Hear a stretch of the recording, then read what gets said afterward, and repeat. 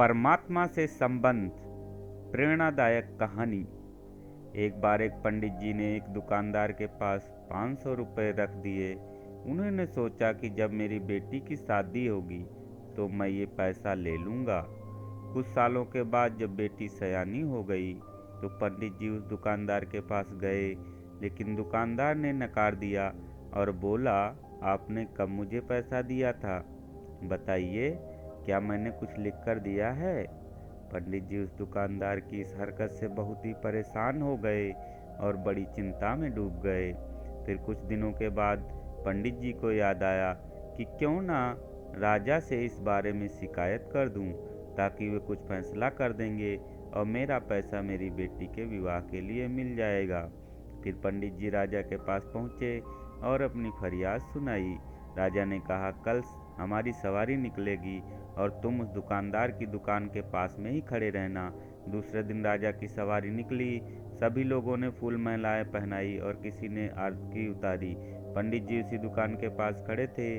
जैसे ही राजा ने पंडित जी को देखा तो उसने उन्हें प्रणाम किया और कहा, गुरुजी, आप यहाँ कैसे? आप तो हमारे गुरु हैं। आइए इस बागी में बैठ जाइए। वो दुकानदार यह सब देख रहा था। उसने भी आरती उतारी और राजा की सवारी आगे बढ़ गई। थोड़ी दूर चलने के बाद राजा ने पंडित जी को बग्घी से नीचे उतार दिया और कहा, पंडित जी, हमने आपका काम कर दिया है, अब आगे आपका भाग्य। उधर वो दुकानदार यह सब देख हैरान था कि पंडित जी की तो राजा से बहुत ही अच्छी साठगांठ है, कहीं ये मेरा कबाड़ा ही न करा दें।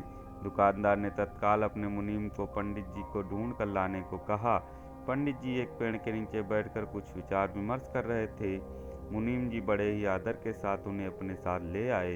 दुकानदार ने आते ही पंडित जी को प्रणाम किया और बोला, पंडित जी, मैंने काफ़ी मेहनत की और पुराने खातों को देखा तो पाया कि खाते में आपका 500 रुपया जमा है और पिछले 10 सालों में ब्याज के 12,000 रुपये भी हो गए हैं।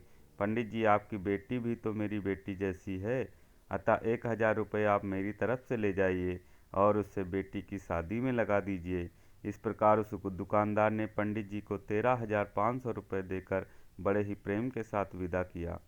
तात्पर्य, जब मात्र एक राजा के साथ संबंध होने भर से हमारी विपदा दूर हो जाती है, तो हम खुद को, जो कि परमात्मा का अंश है, और इस दुनिया के राजा यानी कि परमात्मा से अपना संबंध जोड़ लें, तो हमें कोई भी समस्या, कठिनाई या फिर हमारे साथ किसी भी तरह के अन्याय का तो कोई प्रश्न ही नहीं उत्पन्न होगा।